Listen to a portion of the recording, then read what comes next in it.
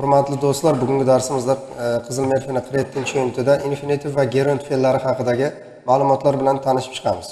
Avvalambor infinitiv fe'llaridan boshlaymiz. Infinitiv fe'llari deyilganda bugungi kungacha fe'lning birinchi shaklini tushungansiz. Endi biz sal boshqacharoq yo'sinda bu haqida tushuncha olamiz. Birinchi strukturaga e'tibor qarating, qoidaga infinitiv fe'llari deyilganda o'zidan keyin to talab qiladigan fe'llardir. Ya'ni o'zidan keyin ingliz tilida ikkita fe'l bir paytda kelishi mumkin.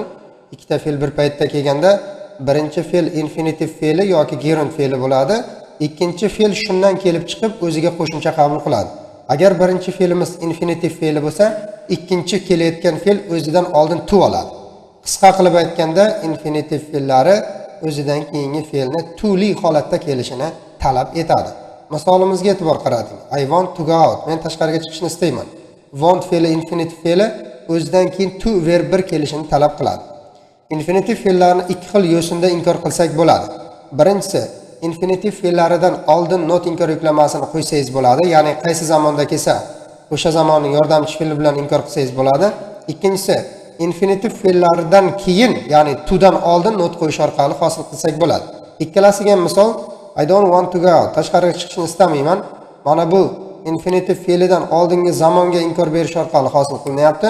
Ikkinchisi, he decided not to smoke. U chekmaslikka qaror qildi. Bu esa infinitiv fe'lidan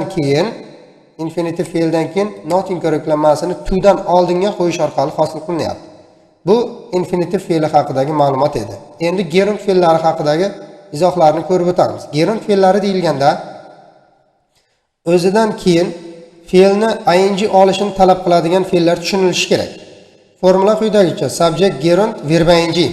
Bunda ham ikkita fe'l ketma-ket keladi. Birinchi fe'l gerund fe'li bo'lgani uchun o'zidan keyin kelayotgan fe'l avtomatik ing holatda qoladi. Masalan, Tom likes dancing. Tom raqsga tushishni yoqtiradi. Like gerund fe'li o'zidan keyingi fe'l ing olishga mahkumdir. Xo'p, buni ham ikki xil formatda inkor qilsak bo'ladi. Birinchisi gerund fe'li qaysi zamonda kelsa, shu zamonning yordamchi fe'li bilan, ikkinchisi gerund fe'ldan keyin not qo'yish orqali. Masalan, Tom doesn't like dancing. Tomga raqsga tushish yoqmaydi. Mana ko'rib turganingizdek, like dan oldin kelyapti.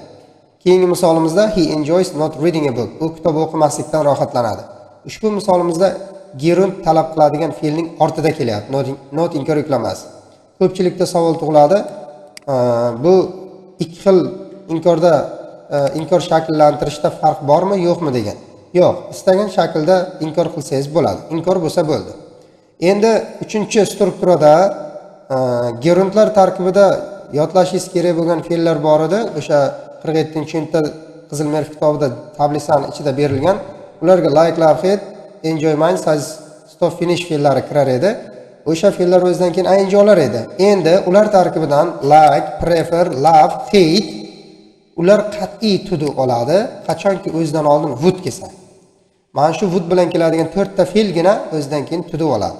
I would like to sit down. Men o'tirishni istayman. Would like fe'lni semi-modallar jadvalida 30-unitda ko'rib o'tgan edik. Bundan faqat would like ni ko'rganmiz. Bular qolgani qo'shimcha ma'lumotlar. Endi 4-jadvalda hamilon fe'llar. Hamilon fe'llar degan o'zidan keyin bular ham infinitiv ham gerund vazifasini o'taydi. To olishi ham ing olishi ham mumkin. Farqi bormi degan savol tug'iladi. Farqi yo'q. Ikkalasidan istaganingizdan bemalol foydalaning. Masalan, it stopped raining yoki to rain desangiz ham bo'ladi. Yomg'ir yog'ishdan to'xtadi. Ammo degan mustasno holatimiz bor. Lekin agar ushbu hamilon fe'llar o'zlari davomli zamonlarda kelsa, ya'ni o'zlari ing olib turgan bo'lsa, o'zidan keyin hech qachon yana ing olmaydi, balki faqat to oladi. Masalan, it is starting bo'lib tursa, bu yoqda yana raining deya olmaysiz. It is starting to rain bo'ladi. Ikkita ing holati kelmaydi bu vaziyatda. O'zlari ing olsa, demak qat'iy o'zidan keyin to olar ekan.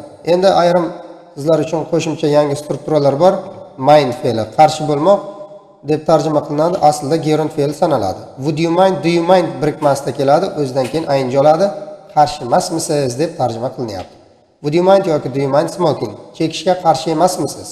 Lekin do you mind ifdan keyin sizlarga mana bu yerda zamon so'raydi. Qanaqa zamon olishingiz? Eslab qolingizlar. Demak, mana shu strukturada gapning boshi present simple bilan boshlanganligi sababli yakuni ham present simple bilan yakunlanadi. Misolimiz: Do you mind if I sit down? O'tirsam qarshi emasmisiz?